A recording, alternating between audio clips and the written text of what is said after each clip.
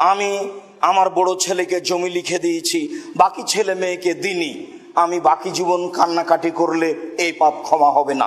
অথচ অর্থ সম্পদ আমি নিজে হাতে উপার্জন করেছি, এরপরেও আমি ক্ষমা পাবো না, আমি অন্যায় করেছি।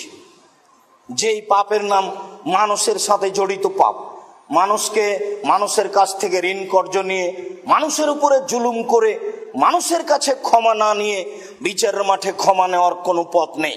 এই যদি পাপ আল্লাহ ক্ষমা করে দেন তাহলে আল্লাহ হবেন অত্যাচারী। আর আল্লাহ বলছেন ইন্নী হারামতু যুলমা আলাইয়া, আমি নিজের উপরে অত্যাচার জুলুম করা হারাম করেছি। আমি আল্লাহ নিজের উপরে জুলুম করব না। যেটা তোমরা মানুষের সাথে অন্যায় করেছো সেটা তোমরা মানুষের সাথে বুঝে আসো, নইলে আমি এটা বিচারের মাঠে ক্ষমা করব না। সেইটা মানুষকে তোমাদেরকে নেকি দিয়ে পূর্ণ করতে হবে। তাই একাধিক সহিহ হাদিস দ্বারা প্রমাণিত। তিনি বললেন মানুষ শহীদ হলে সব পাপ ক্ষমা হয়ে যায়, তবে ঋণের পাপ ক্ষমা হয় না। যার জন্য ব্যাংক থেকে কোটি টাকা উঠিয়ে ব্যবসা করা ঠিক নয়। শতদিন বলেছি আমি পৃথিবীর দিনী মুসলিম ভাই বোনকে, অল্প পয়সা দিয়ে ব্যবসা শুরু করুন। চকলেট দিয়ে ব্যবসা শুরু করলে ঋণ নিতে হয় না। যদি কোটি টাকার ব্যবসা মানুষ শুরু করে তাহলে ঋণ নিতে হয়। আর ব্যবসা করে একদিনে ধনী হওয়া যায় না, ধনী হতে 25-30 বছর সময় লাগে, তার নাম ব্যবসা।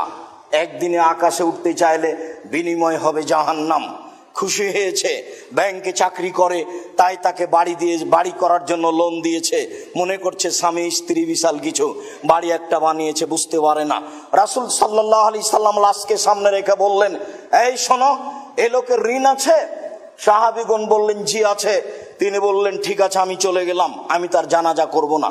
যার ঋণ আছে তার জানাজাই নেই, ক্ষমা তো বহু দূরের কথা। নেন এবার। আর একবার বলা হলো ঋণ আছে, বলে জি আছে, আমি তার ঋণ পরিশোধ করব। আচ্ছা ঠিক আছে, আমি জানাজা পড়িয়ে দিচ্ছি। একবার বলেছেন মানুষ শহীদ হয়ে গেলে সব পাপ ক্ষমা হয়, কিন্তু ঋণের পাপ ক্ষমা হয় না।